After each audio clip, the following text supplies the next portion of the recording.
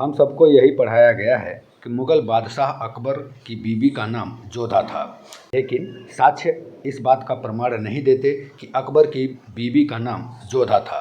ये कितना सच है और कितना झूठ है, आज इस ऐतिहासिक षड्यंत्र के बारे में थोड़ा प्रकाश डालेंगे। वीडियो पूरा देखना।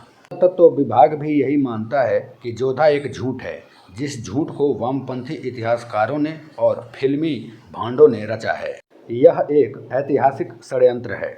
जब भी कोई राजपूत किसी मुग़ल की गद्दारी की बात करता है तो कुछ मुग़ल प्रेमियों द्वारा उसे जोधाबाई का नाम लेकर चुप कराने की कोशिश की जाती है। बताया जाता है कि कैसे जोधा ने अकबर से विवाह किया, लेकिन अकबर के काल में किसी भी इतिहासकार ने जोधा और अकबर की प्रेम कथा के बारे में नहीं लिखा है। सभी इतिहासकारों ने अकबर की केवल 5 बेगमों के बारे में बताया है। पहली सलीमा सुल्तान, दूसरी मरियम उद जमानी, तीसरी रजिया बेगम, चौथी कासिम बानू बेगम और पांचवी बीबी दौलत साद। जोधा का कहीं भी नाम नहीं मिलता। अकबर ने खुद अपनी आत्मकथा अकबरनामा में भी किसी रानी से विवाह का कोई उल्लेख नहीं किया, लेकिन राजपूतों को नीचा दिखाने के लिए कुछ इतिहासकारों ने अकबर की मौत के लगभग 300 साल बाद 18वीं सदी में मरियम उद जमानी को जोधाबाई बताकर एक झूठी अफवाह फैलाई और इसी अफवाह के आधार पर अकबर और जोधा की प्रेम कथा के झूठे किस्से शुरू किए गए, जबकि अकबरनामा और जहांगीरनामा के अनुसार ऐसा कुछ भी नहीं था। 18वीं सदी में मरियम को हरखा बाई का नाम देकर उसको मान सिंह की बेटी होने का झूठा प्रचार शुरू किया गया।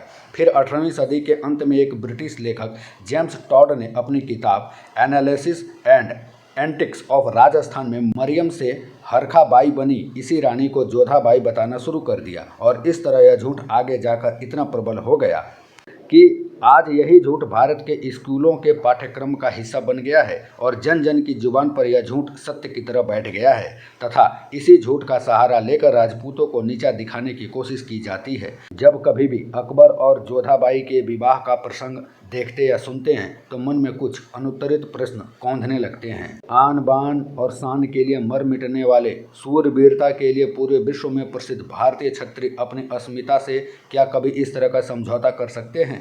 हजारों की संख्या में एक साथ अग्निकुंड में जौहर करने वाली छत्राणियों में से कोई स्वेच्छा से किसी मुगल से विवाह कैसे कर सकता है?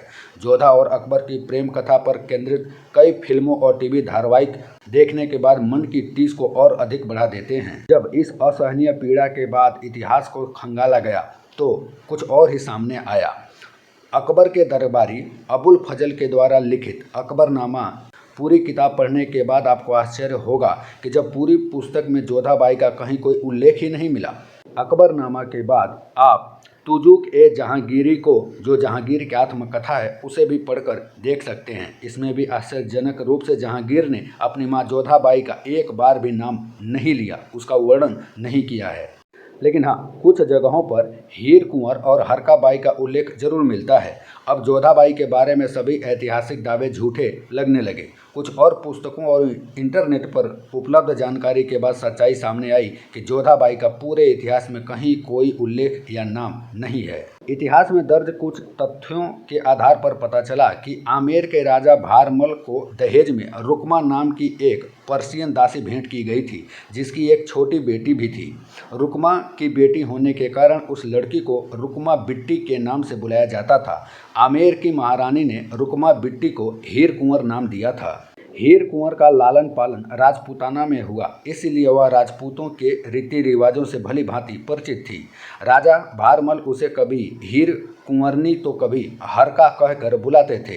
राजा भारमल ने अकबर को बेवकूफ़ बनाकर अपनी पर्शियन दासी रुकमा की पुत्री हीर कुंवर का विवाह अकबर से करा दिया, जिससे बाद में अकबर ने मरियम उज जमानी नाम दिया था। चूँकि राजा भारमल ने उसका कन्यादान किया था, इसलिए ऐतिहासिक ग्रंथों में हीर कुंवरनी को राजा भारमल की पुत्री बताया गया, जबकि वास्तव में वह कछवाह की राजकुमारी नहीं बल्कि एक दासी पुत्री थी। आप अपने असली इतिहास को जानें और किसी की भी षड्यंत्र में आने की जरूरत नहीं है।